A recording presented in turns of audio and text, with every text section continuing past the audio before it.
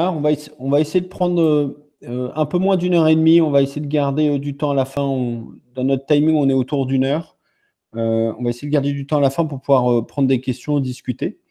Et l'objectif, c'est un petit peu de réfléchir, de vous partager des retours d'expérience qu'on a pu avoir chez des clients et puis un peu nos convictions sur comment faire en sorte que l'innovation puisse porter ses fruits, qu'on arrive à amener des nouvelles choses sur le marché. Donc, essayer de voir pourquoi ça ne marche pas et qu'est-ce qu'on peut faire pour essayer que ça marche.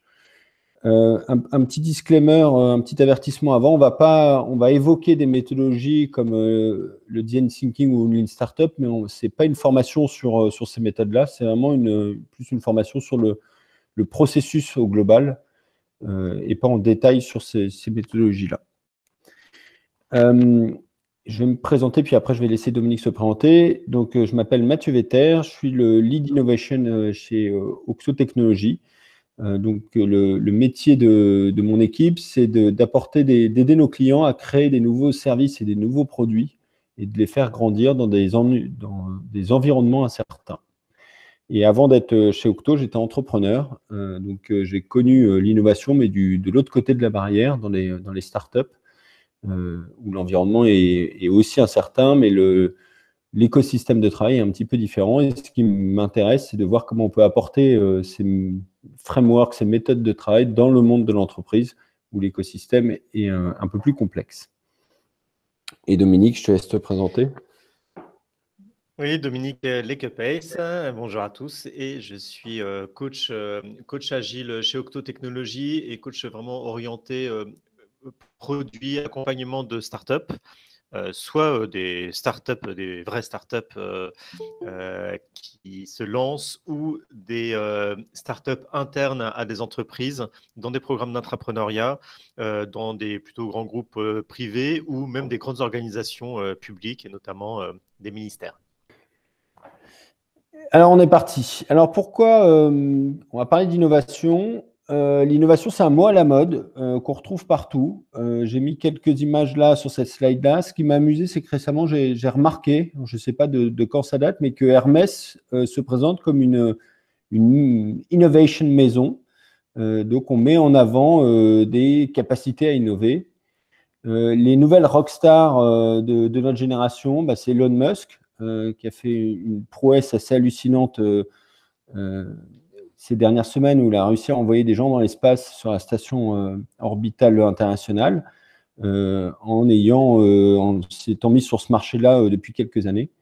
Et au-dessus, je ne sais pas si vous le reconnaissez, c'est Jack Ma, c'est le fondateur et le patron d'Alibaba, donc c'est le Amazon chinois, qui est un empire où il y a du paiement, une plateforme de shopping et tout plein de choses.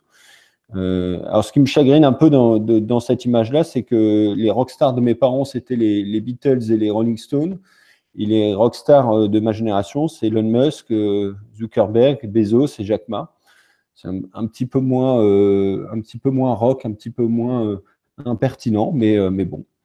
Quand on parle d'innovation aussi, on pense aux salons comme le CES, comme Vivatech, où voilà, ça va être l'éloge des nouvelles technos, des nouveaux usages et autres.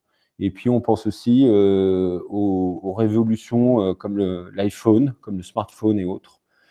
Donc, quelque part, c'est un peu un buzzword, un mot magique qui va être utilisé pour définir plein de choses différentes. Et dans les entreprises, ça s'apparente plutôt à ça. Des boîtes à idées, des sessions d'idéation avec des post-it et autres. Et malgré tout, une difficulté à réellement amener des nouveaux produits ou des nouveaux services sur le marché à une échelle correcte, à une échelle qui peut rivaliser avec les business traditionnels.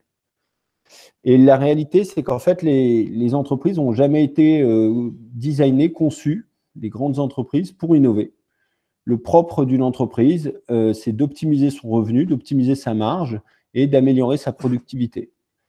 On est à l'encontre complet de ce que va demander l'innovation pour pouvoir exister, pour pouvoir être efficace.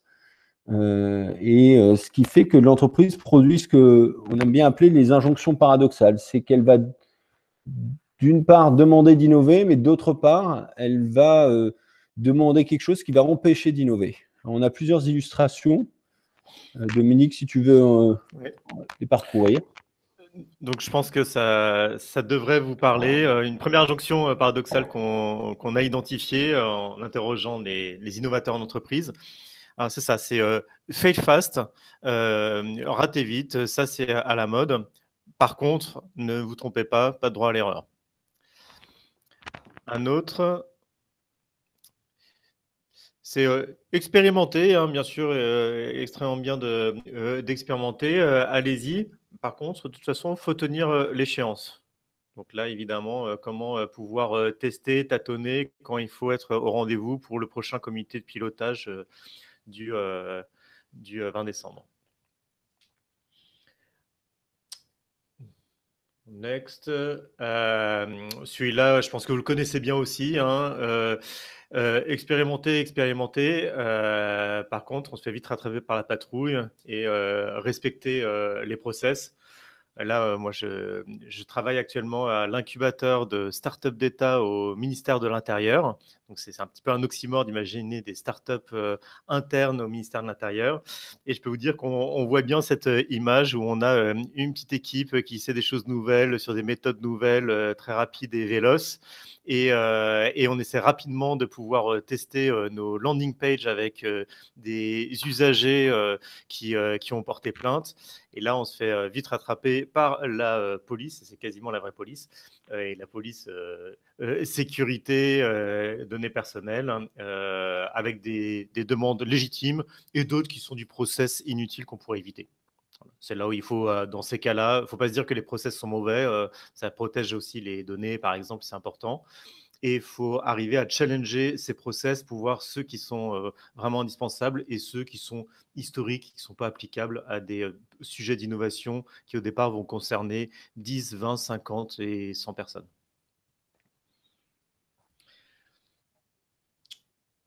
Suivant. Alors, la notion de MVP est très à la mode. Et là, on va vous dire, oui, oui, très bien l'idée de MVP, Minimum Viable Product. Donc, d'avoir une première petite version très rapidement, ça c'est très très bien. Ce que j'aime surtout dans l'idée, c'est que ce soit très très rapide, qu'on l'ait beaucoup plus rapidement que ce que proposaient les autres au départ. Donc, OK, vous avez faites votre MVP dans 3 mois. Par contre, il faut qu'il ait tout, parce qu'on est telle entreprise, on doit couvrir tous les secteurs, donc il faut que ça marche pour la France, l'Europe, mais aussi les États-Unis, l'Afrique et l'Asie, et pour les jeunes et les vieux, et accessibilité. Et donc finalement, ce ne sera pas 3 mois, mais ce sera plutôt 1 an. Et l'innovation, c'est prioritaire, c'est dans les engagements du président du comité exécutif, c'est sur toutes nos plaquettes, c'est absolument prioritaire. Par contre, évidemment, sur le terrain, au quotidien, priorité au business. Et là, typiquement, on avait un data scientist qui était sur une mission et donc qui était critique pour faire avancer un projet d'innovation dans une entreprise. Et du jour au lendemain, il a été sollicité parce qu'il y avait une urgence sur un gros programme à côté sur des sujets de données personnelles. Et donc, il a été retiré de la startup interne pour travailler sur l'urgence prioritaire. Et ça, vous connaissez ça, on a souvent ça dans les projets d'innovation où on est toujours un petit peu la dernière roue du carrosse par rapport au business.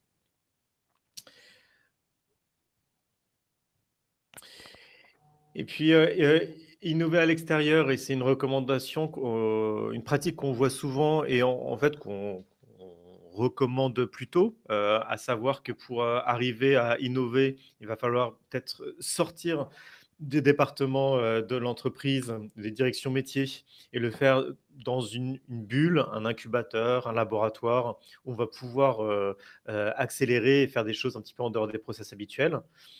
Par contre, ensuite, il faut le réintégrer dans les métiers. Et là, il y a un gros problème, une injonction paradoxale pour les innovateurs et les métiers. qui est grosso modo, bah, voilà, j'ai fait un beau bébé. Maintenant que c'est un beau bébé, eh bien, je vous ai fait ce beau bébé dans le dos et maintenant je vous le repasse et vous allez le faire grandir et faire finalement la partie pas rigolote. Et ça, c'est un gros problème qu'on voit dans les projets d'innovation pour la pérennisation dans le métier. Je pense que ça doit aussi vous parler. Alors, on va essayer de regarder maintenant qu'est-ce que ça veut dire l'innovation en entreprise. La première chose, c'est peut-être de partager une définition pour derrière le mot innovation, on mette la même chose. Pour nous, l'innovation, c'est amener quelque chose de nouveau sur le marché. Donc, ça peut être symbolisé par cette équation, une invention multipliée par le marché égale une innovation.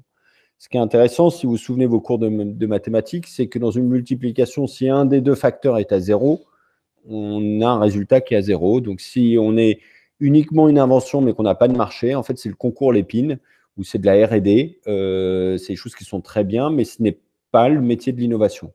Si on a en revanche un marché mais on n'a pas quelque chose de nouveau, bah, on est dans du business classique sur lequel il y a plein de méthodes qui fonctionnent très bien et on n'est pas dans de l'innovation. C'est vraiment la conjonction entre quelque chose de nouveau où on va être dans de l'incertain qu'on va amener sur le marché.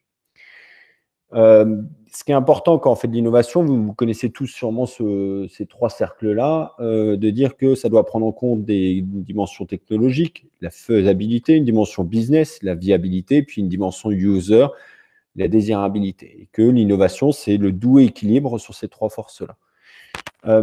On a une réflexion qui est pour l'instant un peu au début, mais de se dire que demain, bah, l'équilibre va être un peu plus complexe. On va toujours avoir ces trois cercles-là de techno, de business et d'utilisateur, mais on va avoir des nouveaux cercles qui vont rentrer en jeu, qui vont être l'éthique, le respect des personnes, le respect de l'éthique, l'écologie.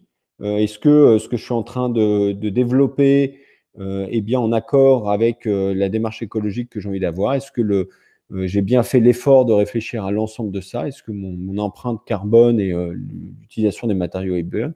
Puis la poétique, c'est est-ce que je contribue bien au beau, à essayer de faire grandir l'humain?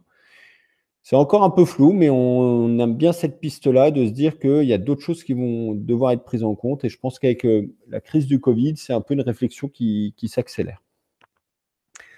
Un autre élément qui nous paraît aussi important, quand moi je suis revenu dans le monde des grandes entreprises après être passé par les startups, ce qui m'a marqué, c'est que les grands groupes avaient copié que la moitié du système. Quand elles se sont senties attaquées, disruptées, ubérisées par les startups, elles ont mis en place des labos, des digital factories, tout un ensemble d'outils pour pouvoir innover. Et elles ont copié les méthodes d'innovation, le design thinking, le lean startup, etc. Elles ont copié uniquement la partie gauche de l'écran, l'innovateur. Et dans le monde des startups, il y a une autre figure qui est importante, qui est l'investisseur, qui est celui qui va financer les projets à fort potentiel, qui va accompagner, qui va aider les projets qui doivent grandir. Et donc, il y a une sélection un peu darwiniste qui est faite entre les projets qui sont lancés par les innovateurs et puis les investisseurs qui vont uniquement sélectionner les bonnes. Et ce qu'on recommande, c'est que dans les entreprises, on retrouve bien notre double posture d'avoir l'innovateur qu'on a déjà, mais d'essayer de bien créer et d'identifier qui va être l'investisseur, celui qui sera à champ froid pour déterminer, de décider si on continue ou on arrête un projet, qui va avoir plutôt ici une approche de portefeuille, mais on va y revenir un petit peu après. Voilà, ça c'est un petit dessin qu'on a fait. On est très content de notre petit poster. On vous l'enverra après en PDF. Ce qui est important, au-delà des petites figurines qui sont amusantes, c'est surtout de voir qu'il y a plusieurs étapes. Alors, on n'a rien inventé, hein. Vous tapez framework d'innovation, processus d'innovation sur Internet et vous allez retrouver les mêmes. Une phase d'alignement, une phase d'exploration, une phase d'expérimentation, puis une phase de mise à l'échelle. Peut-être la particularité, c'est que nous, on va dire qu'il faut faire deux mises à l'échelle. Une première mise à l'échelle avec un lancement avec une centaine d'utilisateurs. Alors, il faut mettre sur l'échelle en fonction de, si vous faites du B2C, du B2B, du B2 employee, ben le nombre d'utilisateurs qu'il faut avoir, mais de dire on va déjà devenir les rockstars d'un petit domaine, puis après, on va aller sur le deuxième domaine. Donc, on va essayer de faire une mise à l'échelle par palier. Et puis, on retrouve en haut et en bas du poster les sponsors, notre comité d'investissement, nos investisseurs qui auront la lourde charge de décider si on a le droit de passer d'une étape à l'étape suivante, basé sur des faits, basé sur des éléments sur lesquels on peut juger. Et puis en bas, on a la phase d'acculturation, c'est qu'il faut évangéliser dans vos entreprises pour faciliter, pour que les injonctions paradoxales soient un petit peu adoucies, et puis aussi pour identifier des personnes qui vont pouvoir vous aider à passer dans ce process. Alors, sur la première phase, la phase d'alignement, c'est parfois une phase qui est oubliée dans les entreprises. On part un peu bille en tête en se disant on va innover, on part en exploration. Et je pense que c'est très important de prendre le temps de regarder qu'est-ce qu'on recherche, qu'est-ce qu'on a envie de faire, quelle est la typologie d'innovation qu'on a envie d'avoir. Là, je vous montre un canevas qu'on vous fournira également après. L'idée, c'est aussi d'être clair sur qu'est-ce qui est attendu par ma stratégie d'innovation. Est-ce que je veux créer des nouveaux business, des nouveaux services, créer des nouveaux produits que je vais amener sur le marché, ou est-ce que mon innovation, elle est dans mes process, je veux améliorer, moderniser, améliorer la productivité de ma supply chain, et à ce moment-là, je vais me focaliser là-dessus. Ou est-ce que j'ai un enjeu de com externe, j'ai une problématique de recrutement et je veux montrer qu'on est plus innovant que l'image qu'on peut apparaître, qu'on peut avoir, et à ce moment-là, je vais mettre de l'énergie là-dedans. Ou est-ce que je suis dans une phase plus d'exploration? Je sais que le monde est en train de changer, je sais que mon métier va être différent dans les années à venir et j'ai besoin de le comprendre. Donc, je vais utiliser plutôt mon outil d'innovation pour essayer de comprendre ça. Malheureusement, dans les entreprises, on essaie un peu de tout faire en même temps. C'est-à-dire, on va aussi faire de la com externe et puis on va aussi développer des nouveaux services. Le problème de faire ça, c'est qu'on va avoir des produits qui seront mal designés et sur lesquels on va avoir les mauvais KPI pour essayer de voir comment on arrive à les faire grandir. Si on fait de la com externe, on va plutôt se focaliser à faire des démos à Vivatech, au CES, d'avoir des relais dans la presse, alors que si on développe des nouveaux services, ce qui va être important, c'est d'avoir du chiffre d'affaires, d'avoir des clients et d'essayer de faire grandir ces deux éléments-là. Alors, on va essayer de faire un exemple filet tout le long de l'heure qu'on va passer ensemble, où on s'imagine travailler dans une entreprise de cosmétiques, une grosse boîte de cosmétiques, sur lequel on va imaginer qu'on a un dispositif d'innovation. Et là, j'ai rempli en disant que justement, on avait plusieurs dispositifs d'innovation. On en avait un qui avait une vraie vocation, qui était notre lab d'innovation, notre Digital Service Factory, qui a vocation à créer des nouveaux services. Voilà, donc c'est la première colonne. On n'a rien sur les process, ce n'est pas le mandat qu'on nous a donné. En revanche, on a des choses sur la com externe. On a une nécessité à montrer auprès de nos actionnaires qu'on est une boîte moderne et autres. Donc, on sait qu'on va mettre de l'énergie, une partie de notre énergie, pour essayer de créer des démos assez impressionnantes à Vivatech, au CES. Et puis, on a aussi une dimension d'exploration. Donc, pour faire ça, on a pris des parts dans des fonds. On fait du fonds de fonds. On a aussi un incubateur à Station F. Et puis, on a une toute petite équipe qui fait un peu de research, donc qui va aller aux différents événements à travers le monde, qui va aller faire un peu de veille et nous nourrir là-dessus. Et puis, vous voyez, la troisième ligne, j'ai rempli quel est le moyen de mesurer ce ROI. Il y a un autre document qu'on aime bien. Quand on fait l'analogie toujours avec le monde des startups, les fonds d'investissement ont ce qu'ils appellent une thèse d'investissement. Donc, chaque fonds va avoir sa propre thèse d'investissement. C'est une sorte de vision du fonds, à quoi sert le fonds, dans quel domaine il va investir. Alors, ce n'est pas quelque chose de très précis, c'est plutôt un scope, c'est plutôt une étoile polaire qui va permettre de donner une direction. Donc là, on imagine que sur notre fonds, entre guillemets, nouveau service, on a décidé notre thèse. À quoi servait, dans quoi on voulait investir les nouveaux services. Par exemple, on a dit qu'on voulait absolument avoir de la technologie. C'était des nouveaux services avec un apport de technologie, que ce soit de l'intelligence artificielle. On aimerait bien que dans notre portefeuille, il y ait 50% qui utilisent l'intelligence artificielle, de la blockchain et puis des apps mobiles, parce que c'est là-dedans qu'on a envie de se focaliser.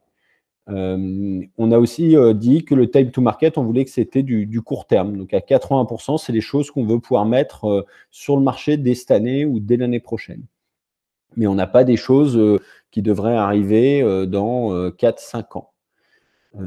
J'ai une petite anecdote. On a travaillé pour un équipementier automobile et puis on avait un énorme lab d'innovation avec beaucoup de projets à sortir. Et puis, j'essaie de les inciter à essayer d'avoir une thèse d'investissement pour savoir dans quelle direction on allait.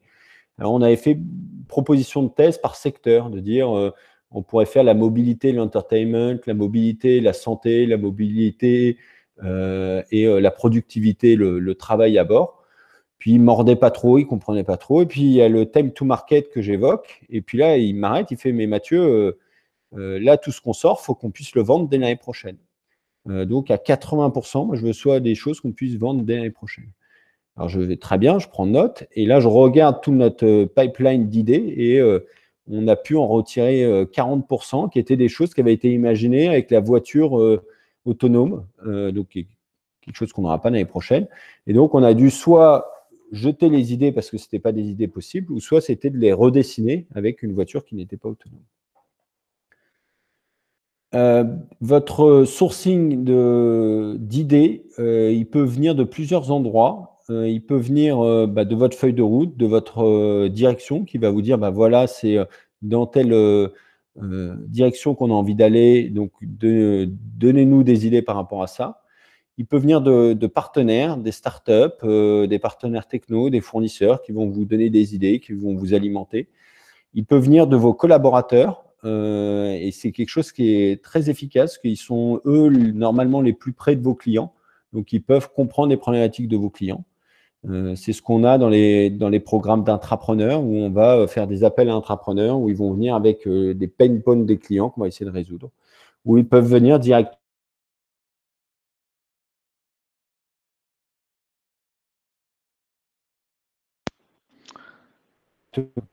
On a perdu Mathieu, n'est-ce pas? Alors moi, je vous entends. Vous m'entendez plus? C'est bon maintenant. Ok. Vous avez raté quelque chose d'important? La dernière phrase peut-être. Si c'était important, on l'a loupé en tout cas. Je l'ai expliqué, donc vous pouviez avoir des sourcings d'idées qui pouvaient venir soit de votre direction, soit de vos partenaires, ou soit de vos collaborateurs, ou soit même de vos clients, quand vous avez un dispositif qui vous permet d'aller observer, interroger vos clients et de comprendre où sont les pain points.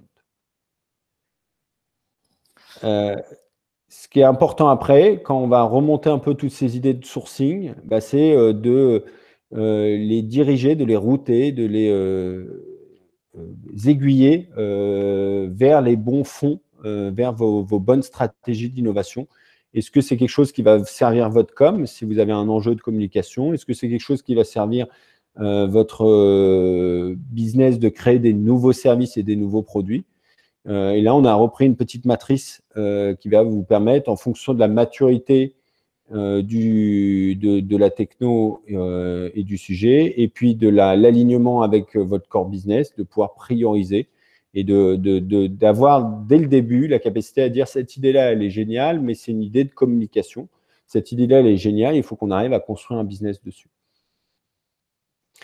Alors, j'arrive à une petite entracte. On a fait quelques entractes dans la présentation.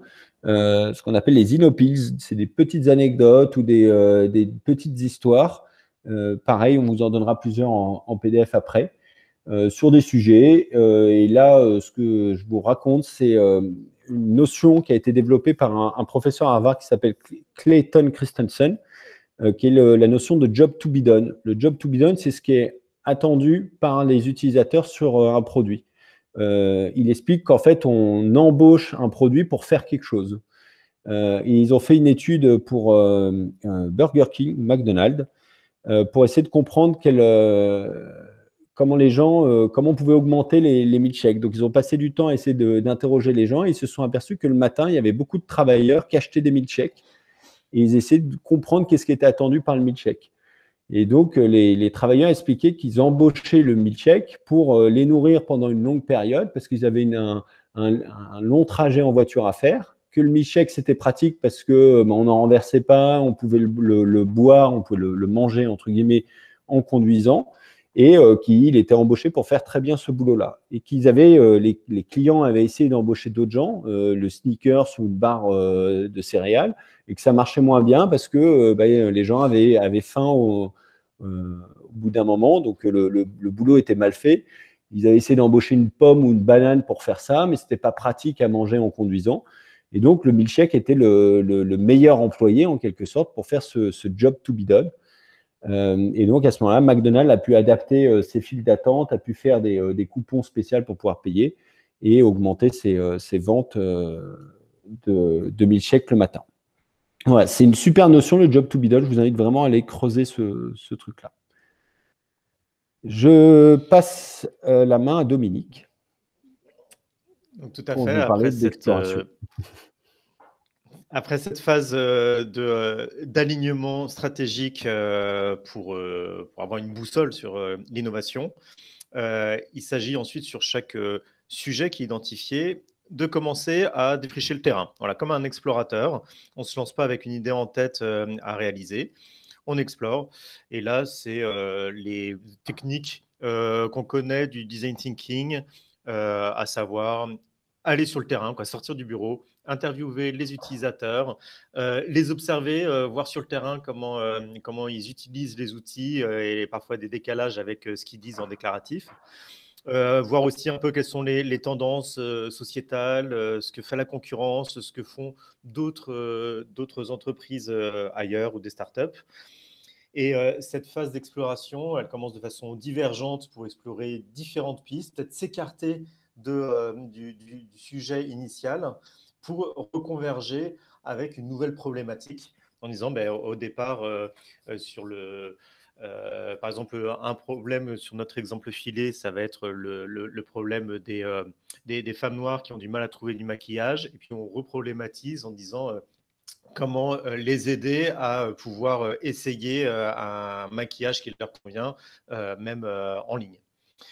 Et ensuite, vient une phase de conception pour trouver une idée. Alors, tu peux passer sur la phase suivante. Donc, on voit ces phases de divergence et convergence sur la phase de compréhension du problème et ensuite divergence et convergence pour trouver des solutions. Ensuite, on propose à cette étape-là pour la petite équipe d'innovation qui travaille sur le sujet, sur la problématique, d'initialiser sa recherche sur un one-pager, en une page, d'écrire la synthèse de leur sujet. Alors, on a un petit exemple qui est donné ici sur notre exemple filé, slide suivante. On a pris un exemple sur notre fond de BeautyBee. Et là, c'est une équipe qui travaille sur le projet ColorTry. Et donc, ColorTry, c'est le premier outil d'essayage cosmétique virtuel qui est spécifiquement adapté aux peaux noires et métisses. Voilà, grâce à la technologie exclusive de reconnaissance faciale. Et c'est un plugin qui est intégré sur les sites e-commerce ou les applications in-store des distributeurs. Et l'enjeu pour eux, c'est d'augmenter leur taux de transformation. Donc, vous voyez, en deux phrases, on décrit dans l'elevator pitch, le pitch d'ascenseur, ce que fait le produit de façon très synthétique en accent sur le problème à résoudre. Et ce one-pager, il permet de rappeler très rapidement à l'équipe qui travaille dessus, mais aussi aux parties prenantes, quel est le problème qu'on veut résoudre dans la partie problème, quelle est la cible. Nous, dans notre cas, c'est du B2B2C, puisqu'on a les utilisatrices qui sont les femmes à peau noire et métisse, mais derrière, ce n'est pas elles qui vont acheter notre produit. On va vendre un plugin à des distributeurs, par exemple Sephora.com. Et puis, voir aussi un peu le paysage concurrentiel, le business model, comment on va gagner de l'argent. Alors là, on se dit qu'on aura 5% de commission sur les ventes transformées qui seront allées sur le panier, qui auront été achetées après essai. On prendra 5%. Et puis, des objectifs business et stratégie d'acquisition.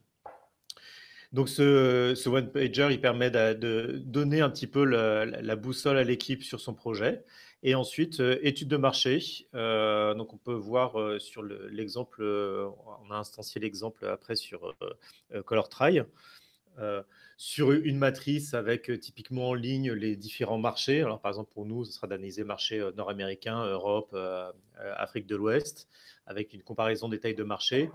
Et puis, peut-être en autre segmentation verticale, de voir ceux qui sont plutôt généralistes ou spécialistes, Là, en généraliste, il y a Modiface, qui est une startup récemment achetée par L'Oréal, qui est implantée sur Amérique du Nord et Europe. Et puis, les spécialistes sur les couleurs de peau foncées, eh bien, il y a AfroReal qui est implanté en Afrique de l'Ouest. Nous, on voudrait être sur tout ce marché. Ensuite, identifier les différents personas. Avant d'aller sur les personas, c'est intéressant d'avoir un peu la carte, de se dire, ben, nous, on a des consommatrices. Et d'ailleurs, il y a celles qui sont à peau noire, et je vais en préciser une qui sera Nora tout à l'heure, voilà, avec un petit verbatim. Félicie, elle, c'est peau métisse, donc c'est pas tout à fait pareil. Peut-être qu'on va pas s'intéresser à cette cible au départ, mais surtout à des femmes comme Nora. Et puis ensuite, on a aussi la cible des distributeurs, hein, Edouard qui est catégorie manager chez Sephora, Magali qui est PM en in-store au printemps. Et puis le développeur, parce que comme c'est un plugin, il faut aussi qu'on convainque les développeurs de l'utilisation de notre SDK. Et derrière, on creuse sur les personas avec là le persona de Nora, là le persona classique, qui elle est, un petit verbatim, voilà, je dois me déplacer pour essayer sur ma peau, etc. Et derrière ces descriptions, on peut les avoir qu'à partir de terrain, d'informations terrain. C'est pas dans les bureaux qu'on va l'avoir. Donc, il faut aller rencontrer les utilisateurs et d'avoir un entretien orienté sur les problèmes, pas sur les solutions, parce qu'on veut comprendre leurs problèmes. Vous verrez dans notre Canva qu'on propose un script d'entretien pour guider l'entretien, éviter les entretiens qui sont trop génériques ou biaisés. Derrière Experience Map ou parcours utilisateur, on a mis un exemple avec les différentes phases du parcours utilisateur hein, pour Nora. Hein. Et puis ses activités, et puis là vous voyez un peu sa courbe émotionnelle. Alors là vous voyez que ça baisse beaucoup là, quand elle est sur le moment de la recherche du produit et puis évaluer est-ce que ça me va ou pas. Mais c'est là où elle a peur d'acheter en ligne un produit qui donnera un résultat différent sur sa peau. Et c'est là où il y a une opportunité pour ColorTry. Donc, cette phase-là d'exploration, elle est plutôt, je dirais, documentaire. On n'a pas construit quelque chose, on est allé voir les utilisateurs, on a réfléchi nous-mêmes à avoir des idées, mais ça reste du papier et de la parole. La phase qu'on propose ensuite, c'est voilà, une phase d'expérimentation pour entrer dans une démarche typique de la démarche expérimentale. Et c'est là où il faut être discipliné, parce que parfois on dit qu'on fait des POC, des expérimentations, mais on ne le fait pas bien. Et donc, il faut revenir à la démarche expérimentale qui est, je pose, voilà, comme en science, hein, je pose une hypothèse, je veux, alors là, je pense qu'en gamifiant, ça augmentera la fidélisation. Je construis une petite expérimentation pour le tester. Je mesure, ça veut dire que dans mes hypothèses, j'ai donné des hypothèses de mesure. Et puis, je conclus en voyant qu'effectivement, ça marchait ou ça n'a pas marché. Et donc, on se dit qu'on fait des expérimentations, qu'on fait des POC, qu'on fait des prototypes. Demander à chaque fois à votre interlocuteur, très bien. Si la personne ne sait pas répondre à cette question, c'est qu'elle ne fait pas une expérimentation. C'est un bon test à faire. Next.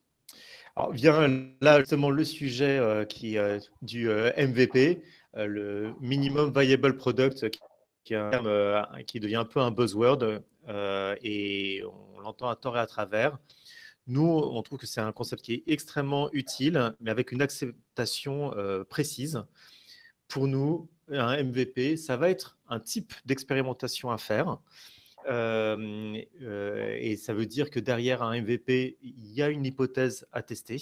Donc, si quelqu'un vous dit qu'il va faire tel MVP ou il a lancé tel MVP ou il va le faire dans 3 mois, demandez-lui très bien quelle est l'hypothèse à tester, quels sont les critères de réussite. Ce n'est pas de le lancer qui est un critère de réussite. Et d'autre part, c'est aussi un produit qui commence à rendre le service. Ce n'est pas juste une page de pub ou une maquette. C'est quelque chose qui permet à des femmes là, noires de pouvoir tester du maquillage à distance pour voir si ça va augmenter leur taux de conversion pour acheter les produits. Mais il faut trouver un moyen malin de le faire, peut-être en trichant sur la techno, parfois en faisant des choses à la main pour avoir les résultats des premières indications en 1 mois plutôt qu'en 6 mois. Et il y a beaucoup d'outils qui existent, de plus en plus d'outils qui existent, qui permettent de développer des MVP, hein, des premières versions viables, sans avoir à faire appel à un développeur ou très peu. Donc, je n'irai pas dans le détail, mais il y a une explosion des outils qu'on appelle no-code. Et on fait une formation à ce sujet chez Octo. On a plusieurs expérimentations. Et c'est des pratiques qu'on utilise chez nos clients, notamment les ministères, de lancer des premières versions en 1 mois, 1 semaine pour tester l'intérêt du produit. Et comme c'est une expérimentation, eh ben, on est sérieux. On remplit, comme dans un laboratoire, sa carte d'expérimentation. Là, on en a rempli une, on vous propose cela dans le Canva, une pour ColorTry. Déjà, hypothèse, expérimentation, ça veut dire hypothèse. Déjà, ce qu'on veut tester là, c'est est-ce qu'il y a un besoin suffisant, une appétence de la cible sur ce sujet. Et là, on va faire une expérience avec une blogueuse pour annoncer le produit et renvoyer vers une landing page et une inscription sur une liste d'attente. Parce qu'évidemment, le produit, on ne l'a pas encore. Et puis, on se met des mesures. On va voir le nombre d'inscrits sur cette landing page en 1 semaine. On cherche à en avoir 100. Et finalement, on a eu 248. Donc, apprentissage, c'est un bon canal. Il faudra continuer le partenariat avec cette blogueuse. Et c'est surtout les peaux noires là, qui répondent. Donc, ça confirme plutôt notre hypothèse de ciblage.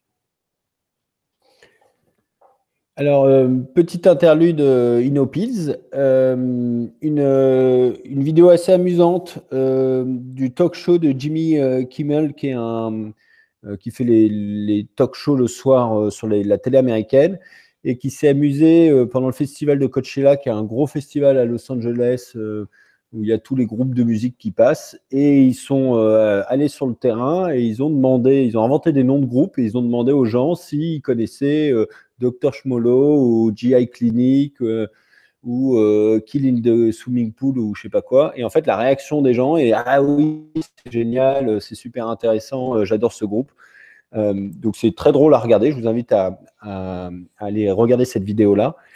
L'enseignement de ça, c'est que si vous posez des questions avec des biais, vous aurez des réponses avec des biais. Donc, il y a une vraie méthode, il y a une vraie technique pour aller poser correctement vos questions à vos utilisateurs sans mettre de biais.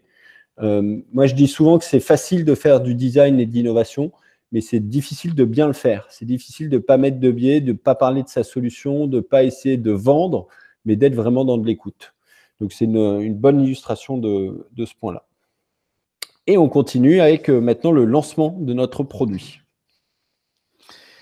Donc, effectivement, imaginons que nous avons fait différentes expérimentations. On a fait notre test avec la blogueuse, on a une landing page, on a eu des inscrits. Ensuite, on a fait un petit POC, on l'a mis dans les mains de quelques bêta-testeurs qui justement étaient en VIP dans la mailing list.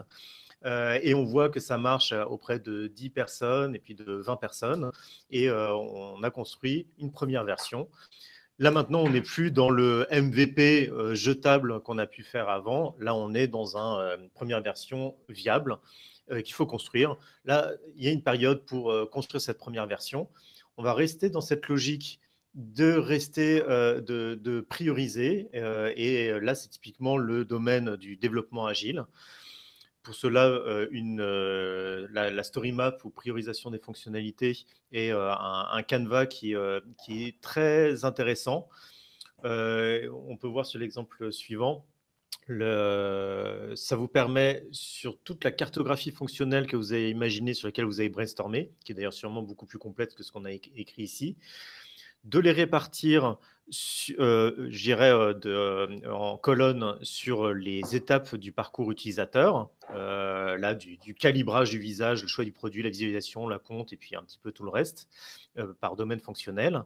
Mais le plus important, c'est de trier et prioriser en ligne, avec une première ligne qui sera vraiment l'indispensable.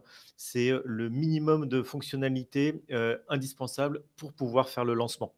Et ensuite, de mettre en deuxième ligne ce qui est important, ou si on ne l'a pas pour le lancement, c'est vraiment gênant, on n'aura pas toutes les informations, ce n'est pas bloquant pour le lancement, mais c'est gênant. Et en troisième ligne, là, c'est du bonus. Et donc, si on ne l'a pas, on ne perd rien, mais si on l'a, on gagne.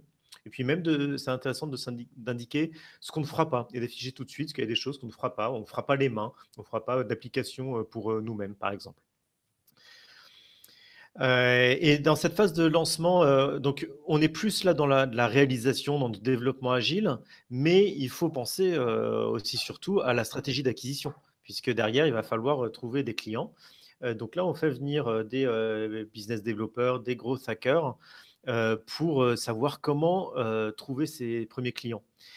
Et là, on propose un petit canevas pour se donner un peu une stratégie d'acquisition de clients qui est basé notamment sur les communautés. Ce qui est très important sur le tout début, c'est que ça ne sert à rien de faire des grandes communications en affichage 4x3 ou des grandes campagnes publicitaires en ligne. Vous pouvez faire des choses avec très peu de budget en rentrant dans des communautés, dans des forums, dans des blogs, et qui vous permettent de cibler des premiers éléments qui vont ensuite faire tache d'huile. Et suite à cette phase de lancement, vous avez évalué les résultats, vous voyez que votre produit est lancé et qu'il donne il est en ligne avec ce que vous aviez dans vos premières expérimentations. Juste avant, Dominique, je voudrais compléter. En fait, dans cette phase de lancement, il y a un élément qui est intéressant dans les grands groupes, c'est vu que c'est parfois difficile, soit d'un point de vue réglementaire, d'un point de vue d'habitude et autres, de pouvoir parler directement avec vos clients et de tester des choses, c'est pas mal de créer une sorte de bac à sable avec des utilisateurs et sur lequel vous allez pouvoir faire votre test de marché en grandeur nature et de régulièrement pouvoir leur donner votre service et puis d'évaluer avec de la data comment ils réagissent. Dans le cas de mon équipementier automobile, on a un partenariat avec un VTC et dans certaines voitures de ce VTC-là, on a équipé avec notre service numérique et ça nous permet d'aller tester en grandeur réelle avec des vrais utilisateurs, mais sur un périmètre de quelques voitures dans quelques pays. Donc, on a un terrain de jeu, un bac à sable qui est déjà défini. J'ai appris récemment une anecdote qui est marrante. Je me souviens plus le nom de la marque de fitness de Decathlon. Je crois que c'est Domios ou quelque chose comme ça. Ils ont leur siège social qui est à Roubaix et juste à côté, ils ont un centre de fitness, un vrai centre de fitness avec des gens qui y vont, qui sont abonnés, qui vont faire marcher sur des tapis et autres. Et donc, ils ont vraiment leur bac à sable d'utilisateurs juste à côté. Donc, dès qu'ils ont une nouvelle idée, dès qu'ils ont un nouveau service, un nouveau produit, ils vont le mettre dans leur centre de fitness et ils regardent si les gens l'utilisent. Ils peuvent remonter de la data pour essayer de voir comment ça fonctionne. Donc, sur cette phase de lancement, moi, je vous invite à vraiment penser votre bac à sable et essayer d'avoir ce périmètre-là de test sur lequel vous allez pouvoir remonter de la data, remonter des preuves, remonter du chiffre d'affaires pour pouvoir justifier que votre produit fonctionne et trouver les bons canaux de communication. Et après, d'aller sur le passage à échelle. Je repasse la main de Dominique. Tout à fait. Et sur du B2C, ce qui est souvent utilisé aussi, c'est d'avoir des panels utilisateurs. Et c'est les phases préalables d'exploration, les entretiens que vous avez faits, de hacker des communautés, rentrer dans des communautés qui vous permettent de constituer un panel de bêta-testeurs, d'ambassadeurs de marque qui vous permet d'avoir ce bac à sable. Ensuite vient le moment où ça marche. Pas toujours, hein. Ça peut prendre un temps aléatoire. Mais en prenant l'hypothèse que ça marche, là, il y a une phase de passage à l'échelle qui demande une refonte, un peu un refactoring du produit au niveau de l'organisation, des fonctionnalités, de la technique et même des rôles.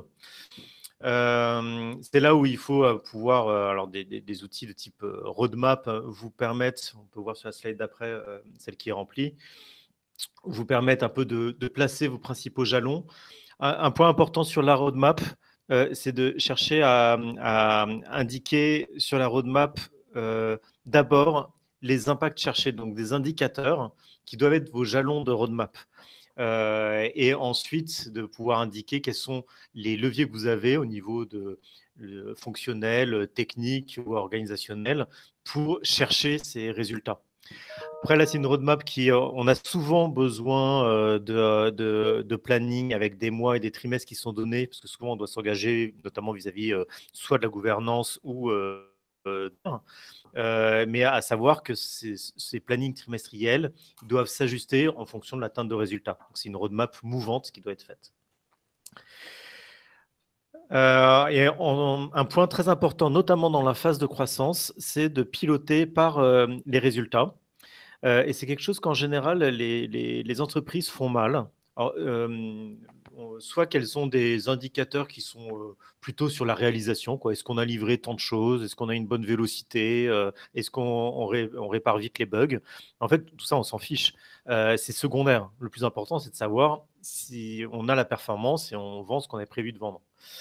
Alors, pour définir, oui, parfois à l'inverse, les entreprises ont beaucoup trop d'indicateurs et se retrouvent avec un cockpit d'avion qui est ingérable et que personne, sauf que quelques data analystes, arrivent à exploiter.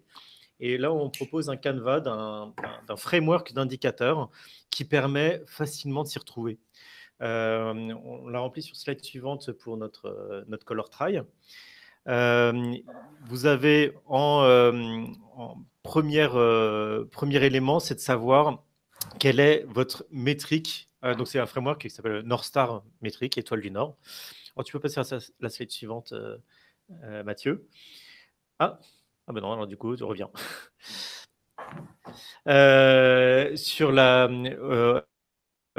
quel est l'impact qu'on cherche à avoir? La color try serait par exemple le revenu. Ah oui, c'est bon, il y est. Le revenu des commissions. On cherche à avoir tant de revenus des 5% de commission. Ou alors on peut avoir sur des projets, on peut avoir des résultats, des gains de part de marché et donc un effet retard. Là, pour des ministères, parfois, c'est de réduire le nombre de morts dus à l'amiante. C'est un effet qu'on saura plus tard, ou de retour à l'emploi. Et on a souvent cet effet retard sur la métrique long terme. Et du coup, on a besoin de définir une métrique avancée, un indicateur avancé qui va servir d'étoile du Nord. Là, par exemple, pour Color Try, ça peut être le gain de taux de conversion sur les sites web, ceux qui soit le mettent dans le panier ou qui achètent par rapport au taux de conversion habituel. Et pour vous, pensez à identifier un indicateur avancé qui vous permet de voir au jour le jour si vous allez dans le bon sens et si à la semaine ou au mois ou 3 mois après, ça va se traduire sur des impacts long terme. Et derrière, vous pouvez identifier les différents métriques en amont du type taux de conversion et tunnel d'acquisition pour voir ce qui influence cette métrique étoile du Nord. Et puis, en phase de croissance, il est temps aussi de voir ce que va devenir cette initiative innovante. Souvent, vous l'avez développée un peu à part, avec une équipe à part, avec des process un peu à part, qui n'est pas forcément branché directement sur l'entreprise, dans l'écosystème applicatif, organisationnel de l'entreprise. On recommande plutôt ce mode d'incubation qui permet d'aller vite, de tester sans se ralentir et en se permettant d'échouer sans embêter tout le reste. Par contre, il vient un moment quand ça marche, au bout de typiquement 12 mois ou ça peut être 18 mois, on a atteint une taille critique qui montre que c'est mûr et il y a un intérêt à l'intégrer dans le tissu de l'entreprise. Et à ce moment-là, comment on fait? Une stratégie, et c'est là, il y a différentes stratégies. Une stratégie habituelle, c'est de l'intégrer dans des directions métiers. Par contre, on a vu que c'était souvent très difficile. Donc, il faut aussi envisager d'autres options. Et là, vous pouvez l'intégrer, parfois dans des directions régionales, à DSI, ou spin-off, qui est carrément de créer une nouvelle entité indépendante de l'entreprise, ou spin-in, qui est de créer une nouvelle direction qui reste dans le groupe, mais qui est indépendante. Donc voilà, diversifier les possibilités de stratégie de sortie, en fait. Si la stratégie de sortie, c'est d'intégrer dans une direction métier, ou même quelle que soit la stratégie de sortie, il faut chercher à impliquer les futurs repreneurs le plus en amont possible. Donc, c'est là où l'image de la startup elle est intéressante, parce qu'une startup, elle a aussi cette réflexion sur la stratégie de sortie. Et quand vous êtes en interne, vous avez justement le luxe de pouvoir créer ces relations le plus en amont possible, notamment avec des directions métiers. Et donc, c'est pas à la fin, au bout de 12 mois ou 18 mois, vous allez les voir en leur proposant Color Try, alors qu'ils ont plein d'autres priorités et que Color Try, ça va rapporter 1 million par an et eux, ils ne voient rien de ce qui est en dessous de 10 millions. Donc, il faut les impliquer en amont dès la sélection des idées et dès les phases d'exploration pour qu'ils voient l'enjeu stratégique et qu'ils aient envie de faire attention à ce sujet. Et ensuite, en gardant une intervention ponctuelle pour ensuite passer à l'échelle, avoir un biseau au passage à l'échelle. Idem pour l'informatique, ou souvent sur les services informatiques des entreprises. Il faut les impliquer en amont pour éviter qu'ils se retrouvent avec quelque chose qui pour eux est inexploitable et qui va bloquer. Une petite Innovation Pills, une petite pause. Un film que j'ai vu qui m'a beaucoup amusé, qui s'appelle Le Fondateur, The Founder en anglais, qui est l'histoire de la rencontre de Ray Kroc avec les frères McDonald. Donc, les frères McDonald inventent le fast-food, où ils réinventent le fast-food pour qu'il soit réellement fast. Ils enlèvent les serveuses, ils font un plat unique, ils redécident la cuisine et autres. Et Ray Kroc est plutôt le business developer, il va assurer la croissance de cet empire-là. Ce film-là est très intéressant. Il n'y a pas de catégorie de film business, mais s'il y en avait un, je pense qu'il serait clairement dedans. Il y a pas mal de scènes qui m'ont amusé. La scène de revenir à l'essentiel, elle est hyper bien faite, où on voit le restaurant et ils enlèvent les choses pour dessiner le McDonald's tel qu'on le connaît. Ils testent la cuisine en mode MVP, où ils dessinent sur un terrain de tennis la cuisine et ils essaient de voir la meilleure configuration pour être le plus rapide. Et puis, il y a une autre scène qui m'amuse, c'est ils n'arrivent pas à trouver le canal de croissance. Ils essaient de faire des franchises et ça ne marche pas, les gens ne respectent pas du tout. Jusqu'au moment où ils comprennent que c'est des jeunes cadres je crois qu'ils sortent de leur service militaire ou quelque chose comme ça. Et à ce moment-là, tout d'un coup, le business de McDonald's en franchise fonctionne hyper bien. Donc, un petit film à regarder et vous pouvez prendre un petit cahier, un crayon pour prendre des notes. Et on continue. Donc, sur notre poster, en haut, on a la gouvernance. On en a parlé un petit peu au début, cette posture de venture capitaliste, d'investisseur, de comité d'investissement, qui va avoir deux gros avantages. La première, c'est de recréer de l'urgence. Quand moi, j'étais entrepreneur, j'avais une urgence qui était très naturelle, c'était mon compte en banque. Le compte en banque de l'entreprise, quand il est à zéro, on a perdu la partie et on ferme la boîte.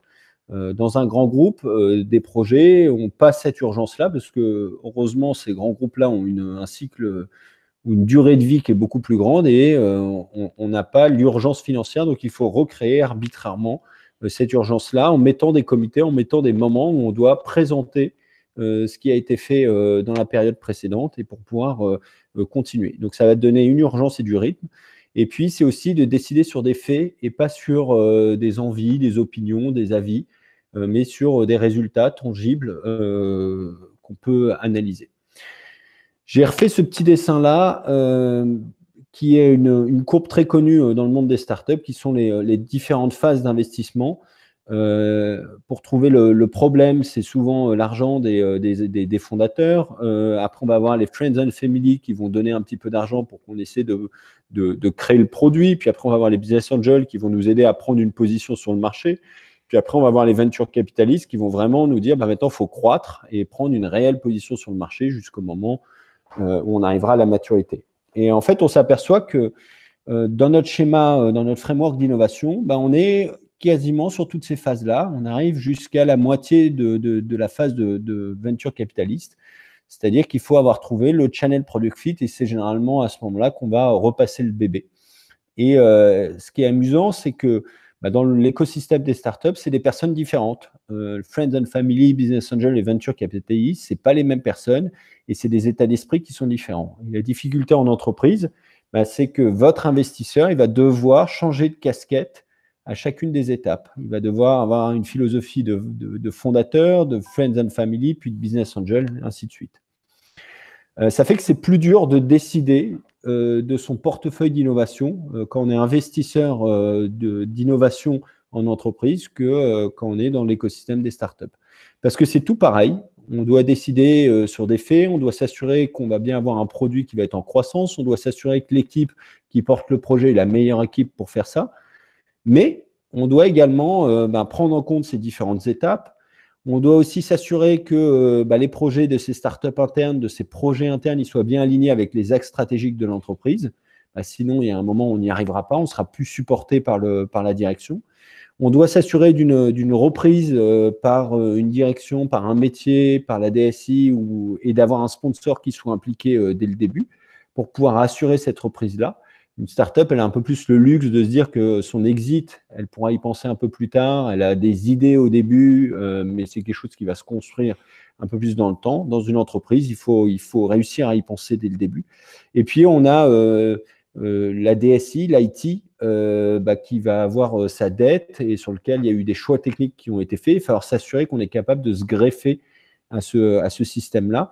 Et puis la même chose sur le légal, où un grand groupe va prendre beaucoup plus de risques à s'exposer, à tester des choses qu'une startup qui n'est pas connue et qui va pouvoir faire son truc dans son coin. Donc, dans l'entreprise, la décision, elle est plus dure. Et puis, il y a un autre point aussi qui est dur, c'est que on met toujours des biais dans nos décisions. Donc, il faut que l'investisseur, comme on a dit, c'est l'animal au sang froid, celui qui décide sur des faits, il va falloir qu'il essaie de corriger ses biais. Un projet d'innovation, ce n'est pas un projet traditionnel. Ce n'est pas un projet sur lequel on sait où on va atterrir, on fait un rétro-planning. Ça marche quand on fait des centrales nucléaires, ça marche quand on fabrique des avions, mais ça ne marche pas quand on crée quelque chose de nouveau. On ne sait pas vraiment où on va atterrir, donc on ne peut pas faire de rétro-planning, on ne sait pas quelles sont les étapes de où on est. Donc, on doit plutôt juger sur ce qui a été fait, ce qui sera fait dans l'étape d'après. Voilà, on est sur une vision un peu plus court-termiste. On a un biais, c'est que la propre histoire de la boîte. Vous avez sûrement entendu on a déjà essayé ça, ça ne marche pas. Qui s'amuse, mais moi je te le dis, ça ne marche pas. Ce n'est pas vrai parce que le monde change, il change vite, et ce qui ne marchait pas il y a 6 mois peut commencer à marcher aujourd'hui parce que la population s'est acculturée à d'autres méthodes, au télétravail en ce moment, à des achats en ligne et autres, et donc on peut avoir des effets de palier qui fonctionnent. On peut avoir un biais de surattente, c'est un peu comme le MVP qui fait tout, là on aimerait bien que la solution que les gens sont en train d'imaginer, on est un peu excité par ça et on va dire mais ce serait bien que ça marche aussi pour ça et comme ça on a vraiment une super solution. Faut y aller par petits pas, il faut réussir déjà à cranter, c'est déjà un enjeu qui est dur, donc c'est une bonne idée mais plutôt dans la vision long terme du projet qu'on développe. Il y a aussi une tendance à vouloir regrouper les idées. On pourrait prendre un peu cette idée-là, un peu celle-là, et puis on joue au Lego et on les assemble. Le point, c'est qu'en faisant ça, on n'est plus sûr de créer une vraie proposition de valeur. On fait une sorte de boogie-boulga qui a plein de propositions de valeur et on ne sait plus bien à quoi ça sert. Et puis, un autre biais qui m'amuse beaucoup, parce que je l'ai, c'est d'avoir de l'émotion sur un candidat. Soit une émotion négative, il m'a gonflé, j'aime pas la manière dont il parle, je trouve que c'est pas clair. Mais il peut avoir un projet en fait qui fonctionne bien, ou soit une émotion surpositive, j'adore ce sujet-là, faut vraiment qu'on fasse un truc là-dessus, ça m'a vraiment touché. Donc l'investisseur, il va devoir essayer de corriger tous ces biais-là, et c'est pour ça que le one-pager qu'on a vu, qui se remplit au fil, qui va s'améliorer, va être vraiment un outil aussi pour l'investisseur, pour essayer de regarder froidement les différents éléments, et essayer de bien comprendre les points, et essayer de corriger ces biais. Un petit commentaire, ça c'est une étude qui a été faite par Accenture et Capgemini et que j'aimerais juste vous partager très rapidement. Ils ont essayé d'analyser ce qu'il y a dans une approche classique d'innovation, donc qui est le bas du tableau, et ceux qui y arrivent mieux. Et puis on retrouve notre funnel, l'idéation, l'exploration, l'exécution des idées, puis après la croissance. Et voilà, on retrouve le truc classique. Et ils se sont aperçus que ceux qui y arrivaient mieux, ils faisaient 2 choses différemment. La première chose qu'ils faisaient différemment, c'est qu'ils sourçaient un maximum d'idées. Ils sourçaient 2 fois plus d'idées que ceux qui ont des approches classiques. Donc, avoir des idées, ce n'est pas un enjeu, mais ils disent qu'il faut en avoir le maximum. Et l'autre élément qu'ils font, c'est qu'ils sélectionnent de manière beaucoup plus drastique dès le début. Ils vont essayer de garder uniquement les meilleures idées. Et au lieu de dire on va avancer avec beaucoup d'idées, on verra bien ce que ça donne et autres, ils sélectionnent uniquement les meilleures idées, ils exécutent que les meilleures idées. Ce qui leur permet de réduire leurs coûts au début sur les budgets d'idéation, d'exploration et d'expérimentation pour pouvoir le réinjecter au moment où on va avoir un coût qui va être plus important, qui est le moment de la croissance où les coûts d'acquisition des clients peuvent être plus importants. Ça, c'est les budgets de sortie. On l'a un peu évoqué en fonction de avec qui on va faire la transition du projet. Voilà, si on sent qu'il y a un potentiel fort, c'est sûr qu'on va avoir un budget de sortie qui va être plus important parce qu'on va continuer à faire croître le business. Si on est sur un potentiel un peu plus moyen, on va essayer de rationaliser. Si on est sur un potentiel qui a été atteint, il y a une courbe asymptotique, on va plutôt rentrer dans du maintenance. Et puis aussi avoir le courage de dire, là, on n'a pas atteint le potentiel, donc il faut arrêter et on arrête l'hémorragie financière. Et puis l'acculturation, on l'a dit un peu en intro, il faut que vous évangélisiez votre entreprise, expliquez ce que c'est que l'innovation, à quoi ça sert, pourquoi il y a certains sujets qui peuvent se faire un petit peu entre les lignes, qui ne sont pas obligés de suivre tous les process. Ce n'est pas valable pour tous les sujets. Quand on fait une centrale nucléaire ou un avion, il y a des process et il faut les respecter, parce que sinon, ça ne permettra pas d'être dans des conditions de sécurité. En revanche, quand on développe des sujets d'innovation, à ce moment-là, il y a une partie qui peut être faite un peu différemment. Et une entreprise n'a pas vocation à devenir toute innovante. Il n'y a qu'une seule partie de son entreprise qui sera innovante et il y a une autre partie qui sera classique à faire de la productivité. Donc, il y a un enjeu d'aller expliquer ça pour que ce soit plus facile à faire. Ça se fait avec des ateliers, des formations, des conférences, tout un tas de choses. Et on arrive à la fin. On a envie de vous poser quels sont vos prochains pas à vous. Et on a 2 exercices qu'on propose que vous fassiez après le webinaire. La première, c'est peut-être de dessiner votre démarche d'innovation. Qu'est-ce qui est attendu sur vos phases d'alignement, d'exploration, d'expérimentation, de lancement et de mise à échelle. Donc là, on vous a donné un exemple avec les objectifs, les outils et puis les critères de passage, mais une version vierge qu'on vous invite à remplir. Est-ce que vous avez bien un comité d'investissement? Est-ce que les moments de présentation des comités est bien clair? Et puis le second, c'est de regarder votre portefeuille d'innovation. Donc, quels sont les projets que vous avez en ce moment et où ils sont dans leur phase d'innovation? Est-ce qu'ils sont au début? Est-ce qu'ils sont au milieu? Et quels sont les objectifs et les key results, les OKR qu'ils sont censés atteindre ou avoir atteint? Ce qui va vous permettre de valoriser votre portefeuille. Dans la première partie, ce serait plutôt de l'apprentissage de marché. Et puis dans la seconde partie, on est plus dans de la valorisation plus tangible du portefeuille, une valorisation financière ou une valorisation de communication en fonction de la stratégie que vous aviez mis en place au début. Et on arrive à la fin. Je ne sais pas si Dominique, tu voulais ajouter quelque chose? Déjà vous aurez donc ces slides disponibles, non seulement ces slides, mais aussi un kit avec les différents canevas qu'on vous a présentés, plus certains autres, et puis des petits goodies, les InnoPills vous a présenté Mathieu ou quelques autres liens intéressants. Donc on a un petit paquet cadeau à vous envoyer. Et maintenant, pour recevoir ce paquet cadeau, parce que je pense qu'il y a des personnes qui participent, bon, je n'ai pas forcément le mail. Donc, pour ceux à qui nous avions déjà envoyé un mail pour, par exemple, répondre au questionnaire, vous pouvez garder le mail. Et on a votre adresse. Et sinon, pour les autres, je vais vous mettre dans le chat un lien vers un petit questionnaire d'autodiagnostic qui pour votre mail en répondant à quelques questions. Et du coup, ça nous permettra de vous envoyer la présentation par mail. Voilà, donc je vais le mettre dans le chat.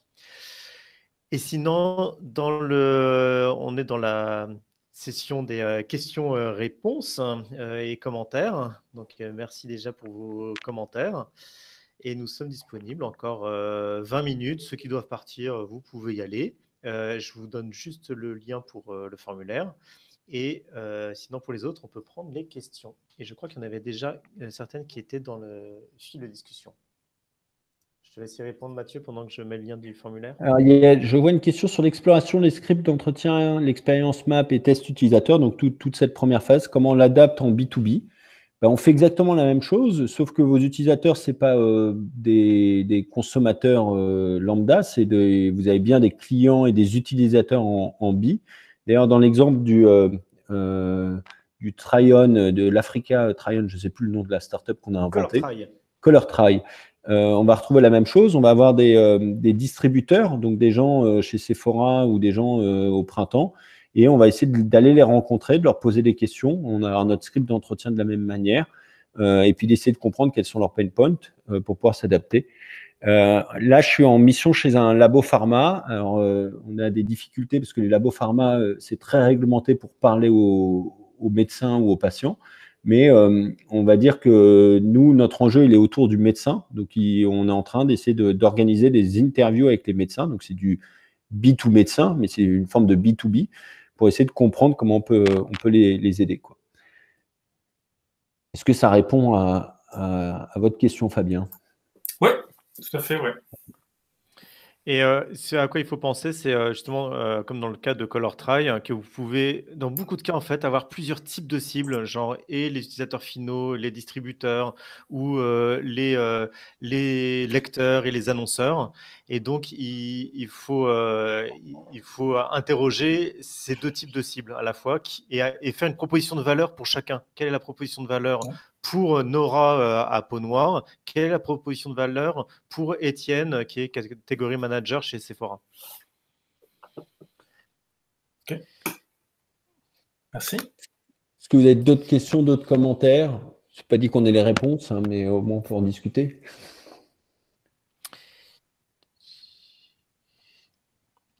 Lien vers la vidéo, donc par mail nous enverrons et les supports et le lien enregistré de la vidéo.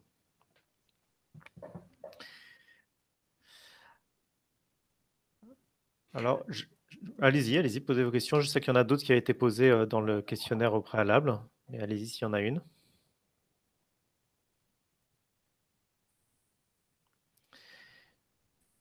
Du coup, je vais lancer une des questions, donc te poser, Mathieu, une des questions qui était posée dans l'autodiagnostic. C'est comment relancer l'innovation dans une PME qui n'a pas assez de ressources pour l'existant et comment ne pas avoir peur de se lancer quand toutes les expériences d'innovation passées ont été un échec. Tadam. Alors, je pense sur la deuxième question,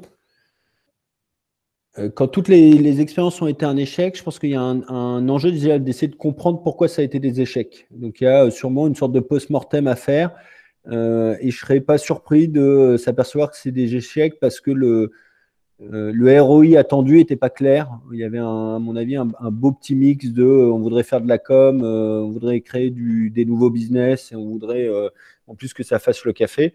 Mais déjà, de faire le post-mortem, d'essayer de comprendre pourquoi ça n'a pas fonctionné. Je pense aussi que le deuxième élément pourquoi ça n'a pas fonctionné, c'est que les étapes n'ont pas été bien respectées et qu'on a un peu tout fait en même temps. Donc déjà, de faire le post-mortem. Et puis après, ce qui est peut-être un peu la même réponse pour la PME qui n'a pas d'argent, c'est peut-être de commencer petit. D'essayer de trouver un sujet sur une thématique sur laquelle on arriverait à avoir des quick wins, des choses qu'on arriverait à faire un peu par soi-même, impliquer les collaborateurs parce c'est des véritables ressources d'idées, d'envie de faire et d'améliorer, et de leur donner vraiment un cadre en leur disant voilà, on va essayer de craquer ce sujet-là ensemble. On va s'y prendre en respectant la phase d'exploration, la phase d'expérimentation, la phase de lancement, mais on va le faire ensemble et on essaie de faire déjà un quick win, un petit projet sur lequel statistiquement on sait qu'on va y arriver. C'est juste que la manière de faire va être différente, mais c'est un truc qui n'est pas très compliqué à craquer. Sûrement autour des employés. Je pense que c'est plus facile au début de faire du B2 employee. Parce que comprendre les problématiques, c'est plus simple. On a accès aux utilisateurs, aux employés hyper facilement, c'est les collègues. Et puis, améliorer la vie des employés, si on y arrive, on devrait avoir de l'adhérence assez rapidement.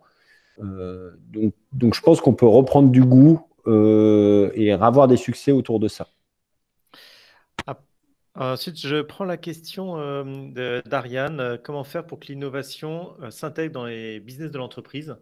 Donc ça, c'est un sujet clé parce que dans les différents programmes d'innovation, programmes d'intrapreneuriat qu'on a suivis, c'est toujours la douleur. Il y a des premières douleurs de savoir comment on fait pour avoir des idées, engager les personnes, réaliser vite, etc. Et les gens se fixent là-dessus et sans se rendre compte que ça, c'est la partie facile. D'avoir des idées, c'est vraiment facile. De les réaliser, ça commence à être un peu plus difficile, mais on a des techniques pour s'isoler, arriver à les faire. Par contre, le problème, c'est ensuite les intégrer dans l'entreprise. Et là, il je dirais les pistes qu'on a et les recommandations qu'on a, c'est d'éviter d'être complètement sous bulle, d'avoir un laboratoire d'innovation qui va imaginer des choses dans sa tête et les réaliser, ensuite vouloir refiler le bébé au business. Ça ne marche pas. Il faut que les directions métiers soient impliquées en amont dès les phases de sélection d'idées et qu'elles soient sponsors des idées. Donc nous, par exemple, là, pour Pôle emploi, on a fait un programme d'entrepreneuriat sur Pôle emploi et on demandait comme critère de sélection des idées que les entrepreneurs qui proposaient des idées aient un sponsorship de la part de leur direction pour appuyer l'idée.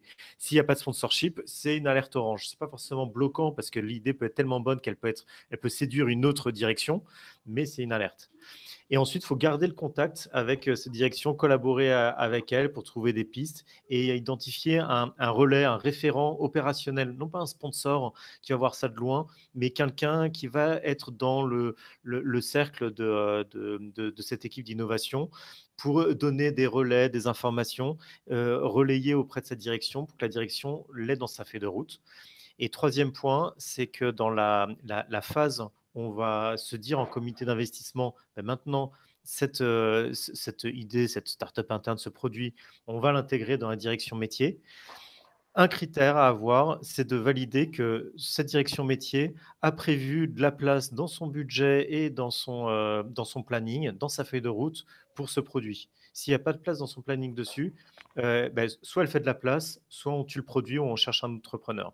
Parce qu'il y a trop de fois, on voit même des directeurs généraux qui vont tordre le bras d'une direction métier en disant si, écoute, prends-le. Et elle accepte, mais en sachant qu'elle va le mettre en bas de la pile et ce n'est pas sur la feuille de route. Il y a un risque à ça, et j'ai pas trop d'idées pour l'instant, mais il y a un doux équilibre. C'est en effet, il faut impliquer les métiers assez tôt, mais il ne faut pas que le dispositif d'innovation devienne une agence pour faire et pour accélérer. Donc, il faut les impliquer, mais qu'ils soient des partenaires et pas des commanditaires. Et je pense que ça peut vite basculer en mode commanditaire. Donc, cette glissade-là, il faut plus l'avoir en tête pour essayer de l'éviter. C'est pour ça que sur le schéma qu'on a montré tout à l'heure, on montre un peu des pointillés sur une grande partie de l'incubation et puis un biseau à la fin. Et cet équilibre, c'est le challenge le plus difficile. Je pense que personne n'a trouvé une formule magique pour que ça marche à chaque fois. Voilà, on cherche des pistes pour sécuriser cette phase qui est la plus à risque. Je pense qu'aussi Vas-y. Ouais, un des points intéressants, c'est qu'il faut avoir le courage d'arrêter des idées aux différentes phases, de se dire, là, cette idée-là, elle n'a pas rencontré le potentiel qu'on voulait, donc on va tuer l'idée. Et que les métiers, les business comprennent que ça sert à ça l'innovation, ça sert à aller tester des idées et on est capable de les arrêter. C'est petite anecdote, donc on travaille pour Pôle emploi, ils font un appel à idées sur des startups d'État, donc ils demandent à tous leurs collaborateurs, ceux qui ont des idées, de les proposer, puis nous on les accompagne pour que cette idée-là soit bien un concept. Et après, il y a un jury où il y a le patron de Pôle emploi. Et il y avait plusieurs idées qui ont été sélectionnées. Il y en a une où il a dit, cette idée-là, elle est géniale, elle est hyper intéressante, mais je veux que dans 3 mois, vous reveniez, vous me disiez, oui, on continue, il y a un potentiel, ou non, on arrête. Et il avait vraiment compris à quoi servait l'intrapreneuriat, à dire, il y a des sujets, on va essayer de les craquer, mais potentiellement, si on n'y arrive pas, c'est pas grave, on aura essayé, on se sera enrichi sur ce sujet-là de plein de choses, mais on a le courage de dire, ça ira pas au bout. Puis il y avait d'autres idées qui ont été sélectionnées où il dit, ça avec vos méthodes user-centric et autres, je vois pas pourquoi vous n'y arriverez pas à aller jusqu'au bout. Donc il avait vraiment dans les idées qui ont été sélectionnées, il avait vraiment un portefeuille avec des trucs à risque, en disant ça, on verra bien, c'est un pari, et je veux pas que vous me mentiez, et je veux que dans 3 mois, vous me disiez, on continue ou on arrête. En revanche, il y en a d'autres, c'est plus des quick wins, vous devriez y arriver, donc sauf si vous m'expliquez pourquoi on doit l'arrêter, mais je m'attends à ce que ça fonctionne. Et je pense que c'est cette pédagogie-là qu'il faut faire au business. D'autres questions? Oui, bonjour. Et la politique de changement, résistance au changement dans les approches d'innovation. Question d'Alexandre. Donc, politique de changement, résistance au changement dans les approches d'innovation. Donc, effectivement, si on recommande plutôt de travailler avec un modèle incubateur, c'est justement pour gérer ce problème de changement et de résistance au changement. Ce qu'on voit, c'est que si on cherche à innover dans le cadre de son travail habituel, on peut y arriver pour des petites innovations très incrémentales dans le cadre de son métier qui rapportent à son métier. Par contre, dès que ça prend un objet qui est plus en dehors et qui n'est pas directement dans le business de la direction de l'innovateur, à ce moment-là, l'innovateur, il se fait rattraper par la patrouille, par le delivery et on perd du temps, il perd son focus et il se démotive. Donc, il vaut mieux, en stratégie d'accompagnement au changement, il faut mieux assumer le fait de s'extraire un moment. Ça ne veut pas dire à temps plein, ça peut dire plutôt de mi-temps à 3/4 de temps ou 4/5e de s'extraire dans un incubateur, si possible un lieu physique ou ça peut être une organisation je dirais virtuelle, et de permettre à cet innovateur d'être encadré par une équipe pour travailler, pour avancer et pour être coupé de ses habitudes de travail hiérarchiques habituelles. Par contre, il reste le danger de se couper complètement de sa direction d'origine. Donc, il faut garder un lien pour certains sujets ou être un peu en support de niveau 2 pour certains sujets, pour garder le lien avec cette direction et communiquer sur ce qu'il est en train de faire, sur les avancées, faire des démonstrations. Et ensuite, on a vu des cas où cela donnait envie à des collaborateurs de la direction ou au directeur. Il faut trouver le moyen que le directeur ou le manager direct de l'innovateur d'entreprise, il voit un intérêt pour lui. Parfois, c'est un intérêt plutôt de communication, de rayonnement, de dire ben, moi, j'ai permis à mon collaborateur de contribuer à l'innovation de l'entreprise. Et donc voilà, n'hésitez pas à mettre sa photo, la photo non seulement de l'innovateur, mais de son manager ou de son équipe sur la newsletter de l'entreprise pour qu'ils se sentent engagés. Alors, on a une question sur la situation post-Covid et l'impact que ça peut avoir sur les finances, l'appétence au risque ou la nécessité de se focaliser sur les marchés historiques.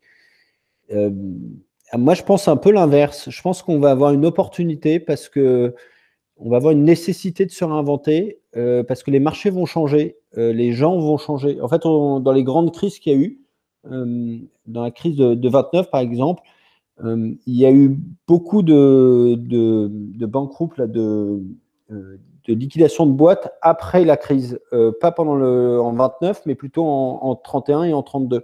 Et il y a eu des banqueroutes parce que les entreprises n'avaient pas su adapter au nouveau marché, au marché qui avait changé. Et on l'a un peu tous vécu. On a eu une consommation qui a changé, une envie d'être sur une consommation plus locale. Il y a des comportements qui ont changé. Est-ce qu'ils vont s'ancrer ou pas dans le temps? Ça, je ne suis pas devin, je ne sais pas bien, mais j'ai quand même le sentiment que les cartes vont être un peu redistribuées et c'est justement ceux qui vont réussir à se réinventer, à pouvoir capter ces nouveaux marchés-là qui vont s'en sortir mieux que d'autres. En revanche, ils vont être plus près des sous. Je pense que l'aspect finance va clairement être un sujet, mais c'est pas pour tout arrêter. Ça sera pour dire on fait des choix et ça sera plus open bar où vous faites de l'ino et vous faites des démos en carton et on a des creative rooms et c'est génial et on fait des post-its. Ça, c'est fini. On doit rentrer dans la deuxième phase qui est OK, on a compris les méthodes. Maintenant, il faut que vous nous prouviez que ça apporte la valeur qu'on attend. Soit une valeur financière, soit une valeur de communication, pour du recrutement, soit une valeur d'identification de business ou autre. Mais je pense qu'ils continueront à investir, mais avec un objectif qui sera très clair, avec une nécessité de nous montrer des résultats. Et d'autre part, vous avez des entreprises, notamment des grosses PME, qui vont être très fortement mises en risque et en danger avec la crise du Covid. Et là, il peut aussi y avoir l'effet, on commence à le voir dans certaines discussions, de se dire, si on continue avec le business as usual, on meurt. Parce qu'en fait, on va perdre nos clients habituels, on va se faire manger, ils vont faire la pression sur les prix, on ne pourra pas tenir. Donc, si on continue comme ça, on meurt. Donc, on est obligé de rebondir et de repartir un peu en mode startup et d'aller sur de nouveaux marchés, tenter d'autres choses, un peu comme un va-tout, sinon on va mourir. Et dans ces PME, j'en parle justement parce que quelqu'un parlait d'une PME, dans ces PME, il peut y avoir le choix de se dire, là, il vaut mieux investir dans l'innovation pour survivre plutôt que de chercher à faire le dos rond, quoi. Ariane a posé une question. Distanciation physique, sociale et innovation, quel impact? Je ne sais pas répondre, mais je pense que c'est un vrai sujet d'innovation puisque je ne sais pas répondre et que ça m'a l'air un endroit très incertain. Donc, j'ai un premier élément de réponse éventuellement. C'est que on a là, on était en distanciation, en confinement pendant plusieurs mois. Et on a eu énormément d'innovations et je pense que vous l'avez vu dans la période de confinement qu'il y a eu, le nombre d'initiatives, parfois des initiatives de grandes entreprises, des initiatives de petites entreprises, des initiatives d'associations, d'organismes qui ont réussi par la crise à casser les modèles habituels, à dire maintenant on va plus travailler comme avant. Là même le ministère de l'Intérieur a commencé à accepter de travailler en télétravail et d'avoir des gens qui travaillent plus en télétravail. Et du coup le télétravail a été rendu possible et a montré qu'on savait innover en télétravail. Donc ça a même perturbé un peu des convictions qu'on a chez Octo, où il y a une base qui est le travail sur plateau colocalisé. Oui, c'est mieux si on est tous colocalisés en permanence autour de la même table, ça va plus vite. Mais dans les faits, c'est rarement possible. Et en fait, on se rend compte qu'on arrive bien à travailler de manière agile et innovante avec les nouveaux outils en télétravail. Je pense que c'est une conclusion que beaucoup ont faite aussi. Des dernières questions, ou commentaires, ou avis?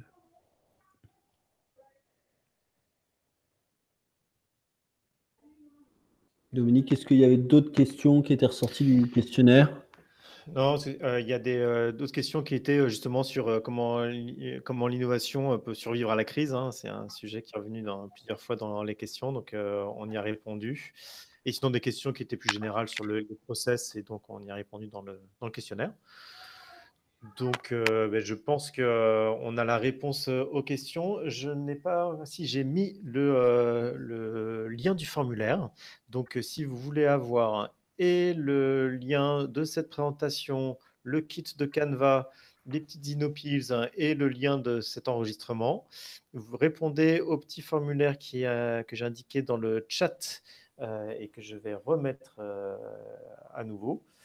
Et nous vous enverrons par retour de mail cette information. Voilà. Alors, avant de vous quitter, moi, je voudrais juste un peu reprendre 3 idées en synthèse. Je pense que les points qui font que l'innovation, les processus d'innovation peuvent fonctionner en entreprise. Quand j'arrive en mission, généralement, les choses que je regarde, c'est est-ce qu'il y a un framework qui est partagé et qui est intelligible par tous. Soit il n'existe pas, soit il existe, mais les gens ne le comprennent pas. C'est-à-dire qu'on a aussi un peu un framework qui est bien dessiné et qui est très bien, mais en fait, il n'est pas utilisé et il n'est pas compris.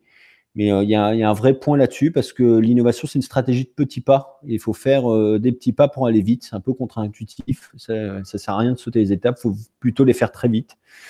Le deuxième élément, c'est est-ce que j'ai bien ma double posture? Est-ce que j'ai bien des gens qui décident, qui ne sont pas les gens qui font? Parce que quand on est entrepreneur, on tombe amoureux de son projet et on n'a pas trop envie d'écouter des gens qui nous disent que ce n'est pas terrible notre idée. Si on doit faire la même personne doit faire les deux, à moins d'être schizophrène, sinon ils vont pas y arriver. Donc c'est de regarder est-ce qu'on a bien ça, est-ce qu'on a bien des comités qui vont mettre une urgence et est-ce que les critères de sélection sont bien clairs. C'est des règles du jeu et voilà, c'est comme quand vous jouez à un jeu de plateau ou un jeu vidéo, quand vous avez compris les règles, on s'amuse, donc il faut bien les définir. Et puis le dernier point que j'aimerais partager avec vous, c'est que je pense que avoir des idées, ce n'est pas un problème. Et les gens se focalisent beaucoup sur les idées. Les boîtes de conseil aiment bien faire des ateliers d'idéation. On se retrouve tous dans une salle et on fait des post-it et autres. Et en vrai, ce n'est pas du tout là qu'est l'enjeu. L'enjeu, il est de transformer une idée en un produit. Et souvent, d'ailleurs, c'est dur d'essayer de forcer les gens à leur dire explique-moi comment va fonctionner ton idée. comment ça marche, quoi. Quelles sont les étapes? Est-ce que c'est un truc web? Est-ce que c'est un truc sur mobile? Voilà, décris-moi ça et d'aller le tester. Donc, moi, je vous invite à faire d'avoir plein d'idées, mais de surtout vous focaliser sur les concepts et de voir comment vous arrivez à les décrire et les présenter et de pouvoir les tester pour les valider. Donc voilà, le framework, les comités et plus des concepts que des idées. Donc merci à tous. S'il n'y a pas d'autres commentaires.